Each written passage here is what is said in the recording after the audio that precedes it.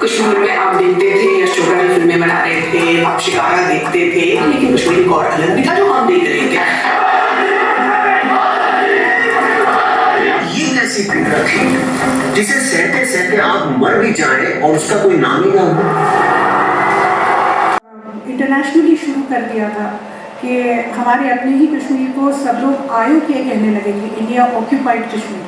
तो ये टर्म सुन के बहुत दिल दुखता था, क्योंकि आपको कल को कोई इंडिया ऑक्यूपाइड राजस्थान या इंडिया ऑक्यूपाइड मध्य प्रदेश आप नहीं सुनना चाहते। ठीक उसी तरह इंडिया ऑक्यूपाइड कश्मीर हम नहीं सुनना चाहते। तो ये सारी मिथ्स जो हैं वो सब क्लियर करने के लिए हमें लगा कि ये सारी जो टेस्टिमनीज हैं वो एक सीरीज़ के फॉर्म में लोगों के सामने आना बहुत ज़रूरी है, और इसलिए हमने ये करने का सोचा, और thanks to ZEE5 that they agreed to stream this for us.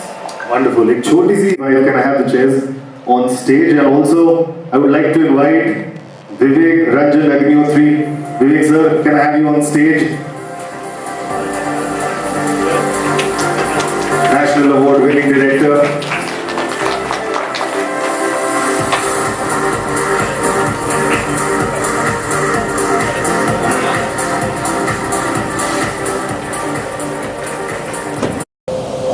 देखिए, सेफ्टी और सिक्योरिटी जो है वो सिर्फ पुलिस और आर्मी से नहीं हो सकती, वो एक स्टेट ऑफ माइंड है।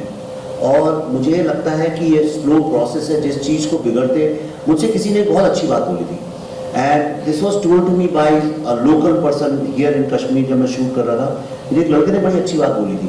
वो बोला, उसने मुझसे बोला कि बाकी सब स्टेट्स के लिए देखिए, पार्टीशन 1947 में हो गया था। पार्टीशन का जो पेन है वो 1947 में हुआ और कुछ साल बाद खत्म हो गया, लेकिन कश्मीर में पार्टीशन कभी रुका ही नहीं।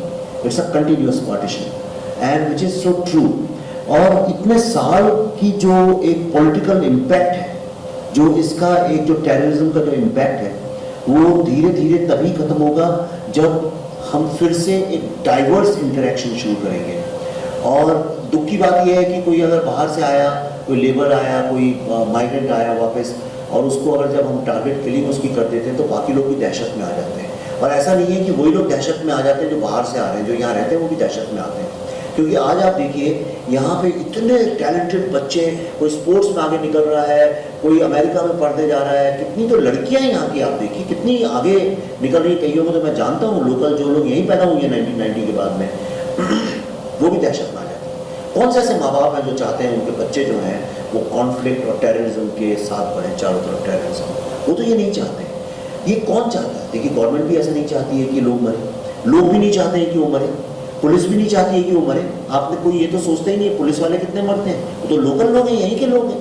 वो 90s में मर रहे थे, अभी भी मर रहे हैं। और जो मीडिया पर कितने लोग मरे, उनको वो भी नहीं चाहते।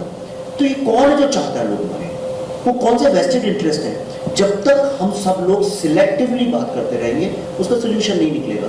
मेरे दिमाग में मेरी बड़ी जो छोटी मतलब बहुत लिमिटेड जो अपनी अंडरस्टैंडिंग, मुझे ऐसा लगता है दो चीज़ें जो चेंज कर सकती हैं, जो डिफ़िकल्ट हैं।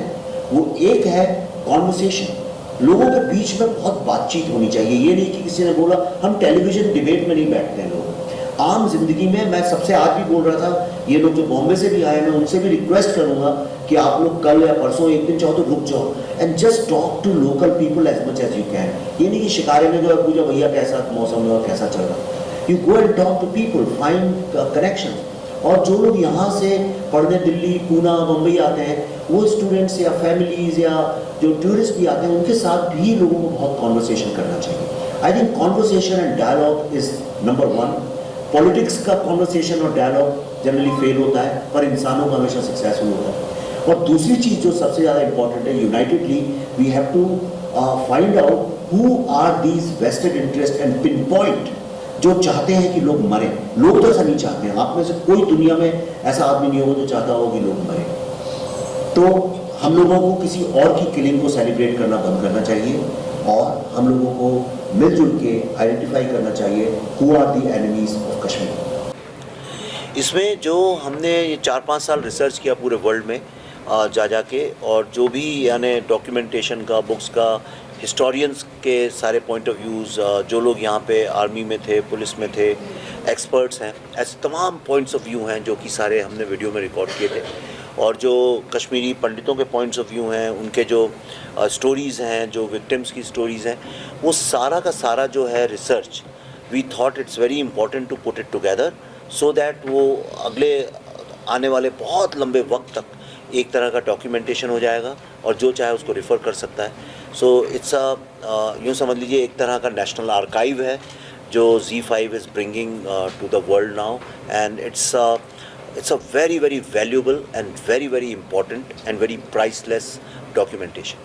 देखिए ये हमने 2018 में शुरू किया था, तो अभी क्या चल रहा है 2012, तो लगभग 5 साल तो इसमें हो गए हैं। और हमने अमेरिका में, यूरोप में, थाईलैंड में, जम्मू में, पंजाब, जितने भी शहरों में जहाँ पे भी लोग फैले हुए हैं, और उसके अलावा कश्मीर में यहाँ की अथॉरिटीज़ से, उसके अलावा जो पार्लियामेंट रिकॉर्ड्स हैं, आर्काइव्स हैं, बुक्स हैं, न्यूज़पेपर्स हैं, उस वक्त की जो डॉक्यूमेंट्रीज़ हैं, इंटरनेशनल डॉक्यूमेंट्रीज़ हैं, वीडियोज़ हैं, जिन लोगों ने आके यहाँ जर्नलिज्म की उस वक्त की, जिन लोगों ने जा के उस वक्त एक माहौल ऐसा था, आप शायद पैदा भी नहीं हुए होंगे उस वक्त में, तो आप तो अभी 23-24 साल के हैं, तो जो बहुत पुरानी बात है ये, तो जो लोग उस वक्त आए थे उनकी बातें, उस सबको जोड़ के और उसको हमने क्रॉस एग्जामिन करके जो कॉमन एलिमेंट्स थे सारे के सारे, जो पूरे दायरे में जो कॉमन एलिमेंट्स थे, उनको फिर जोड़ के ये एक पूरी सीरीज़ बनाई है।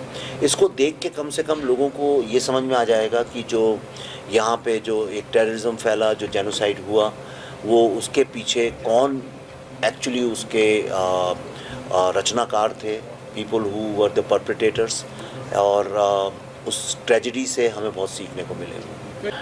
सबसे बड़ा तो चैलेंज यही है कि जो चीज़ इतनी फैली हुई है सारी दुनिया में, जिसके बारे में ज़्यादा डॉक्यूमेंटेशन नहीं है, उसको कैसे जोड़ा जाए, कैसे एक साथ लाया जाए। तो जो उसकी जो पूरी एक मेथडोलॉजी होती है, वो एक बहुत बड़ा चैलेंज था।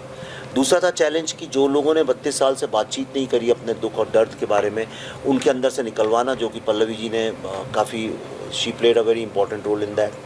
फिर उसको कैसे, किस सेंसिटिविटी के साथ सामने लाया जाए, that was the third challenge.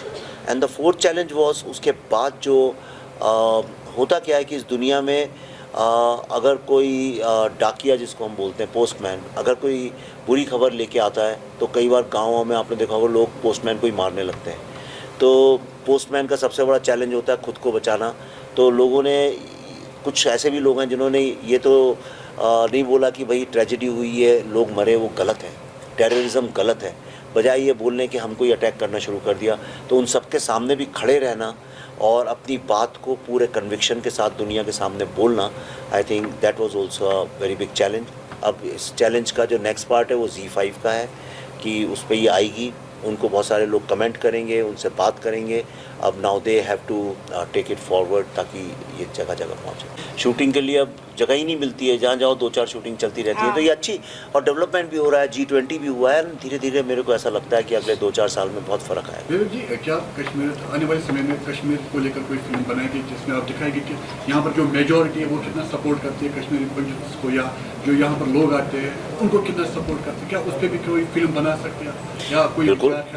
बिल्कुल कर सकते हैं। अभी ये एक हाथ में ये काम लिया था एक, तो उसको पूरी ईमानदारी से ख़त्म करना था। अभी ये ख़त्म होने जा रहा है। अब इसके बाद थोड़ी सी सांस लेंगे, थोड़ा सा बैठेंगे, फिर पढ़ेंगे, थोड़ा नया रिसर्च शुरू करेंगे। कुछ पता नहीं एक कलाकार की ज़िंदगी में किस दिशा में चला जाए। आपके दिमाग में कोई विचार है, कोई कहानी है, कोई आइडिया है, तो प्लीज़ मुझसे शेयर करिए।